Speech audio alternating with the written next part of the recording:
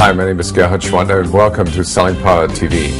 Today we'll continue our conversation with Leo Arussi, the author of an amazing book, The Customer Experience Strategy. Welcome, Leo. Gerhard, thank you very much for having me. Leo, can you do me a favor and give me 5 tips that we can all apply to create a better customer experience?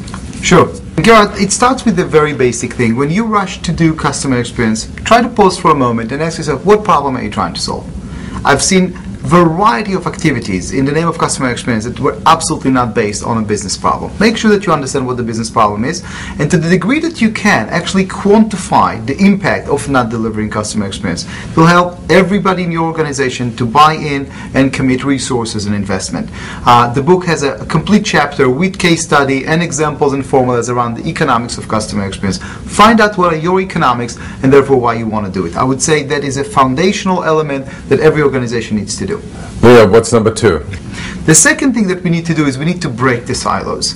Sales have their own data about customers, marketing have their own data about customers, customer service have their own data. You sit in a staff meeting and everybody's talking and it sounds like that cliche about the elephant, you know, one person is feeling the nose and one person is feeling the tail, and it's a totally different character. Let's make sure that we unify our understanding. Who's our customer? Let's find out. And it starts with basic elements. I have a CEO, for example, who adopted a very interesting practice. Every morning he's calling a customer. That's how he starts his day.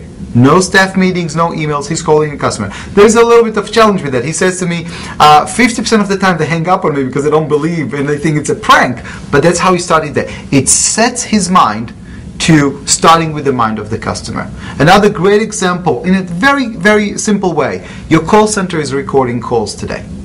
Make sure that you actually receive recording and start your day with one recording. If you cannot call, get the recording. But try to get your customers as a human being. So what's the next step? The next thing that I would say is, and it's a simple practice that most companies do not do, is thank customers. When was the last time you called a customer and said, thank you? Thank you for your business. I don't want to sell you anything. I just want to say, especially in 2010, especially in this difficult economic year, we appreciate every order, but we don't. We take those orders for granted, and what should have been a nice congratulatory letter usually arrives in the form of an invoice that is convoluted and difficult to understand. Take your invoices and make them a big thank you letter. Turn them into something that will actually tell the customers, we appreciate it. We absolutely appreciate it. What's number 4? The real power, the real customer experience resides in the decisions that your employees make every day. You are the sum total of their decisions. Every day they can decide to do excellence or to deliver mediocrity. Interestingly enough, a call center agent takes 10,000 calls a year. If you take those calls multiplied by the average annual revenue of that customer, you understand that they are sitting on serious quota. So ask yourself, how can I empower my employees to start taking care of customers? And here's the mental thing that happens. We are all customers. We use credit cards, cell phones. We know what's a good service and what a bad service. Yet somehow when we swipe our card and get into the corporate building, we become executives and we stop thinking like customers. You need to connect your employees back to their inner customer and start having them deal with a man-to-man, person-to-person relationship. And that's where training can do a tremendous work for you in just bringing all the employees back to their core and tap into their internal customer so they can care and be sincere from a good place, from an honest place, from a genuine place, not from because corporate said so, because the CEO said so, and so on and so forth. What's number 5? Number 5 is actually a fun exercise that every company can start. And here's how it goes. Send an email to all your employees and say, I'll pay $50 for every process that's holding you back from delighting customers. And ask your employees to tell you what's holding them back.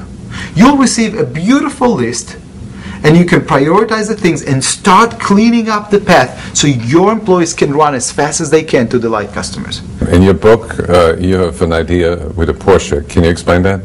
So we needed to basically send a very strong message to employees. You're going to break the rules, we got to break the rules. And we leased the Porsche. We leased the Porsche for a year. And basically the program that was designed based on financial metrics, the best employee every week gets the Porsche for a week. And you parked it in the parking lot. We parked it in the parking lot. We had a cleaning crew every day, and it was one of those incentives that's not only that you win, but everybody else gets to know that they lost.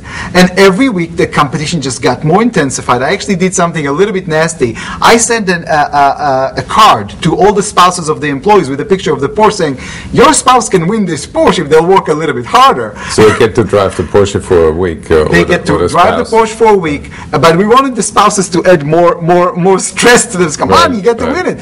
Our employees would have never dreamt about driving a Porsche. It was beyond their world. And I wanted to show to them, if you're going to go beyond your world to delight my customers, I'm going to go beyond that world for you. You're going to create an experience, and I'm going to create a lifetime experience for you. What did they have to do to get the Porsche for a week? There were different metrics around sales and service, quality of service, and it was a competition about who's going to exceed customer expectations in a greater way. It's a wonderful example. Thank you, Leo, for sharing 6 wonderful ideas that we all should implement. What can customers experience if they go to your website? We have research, we have models, we have articles that they can disseminate to their organization. And if you need help, give us a call, strativity.com. Leo, I want to thank you for sharing those wonderful examples. Thank you very much for having me.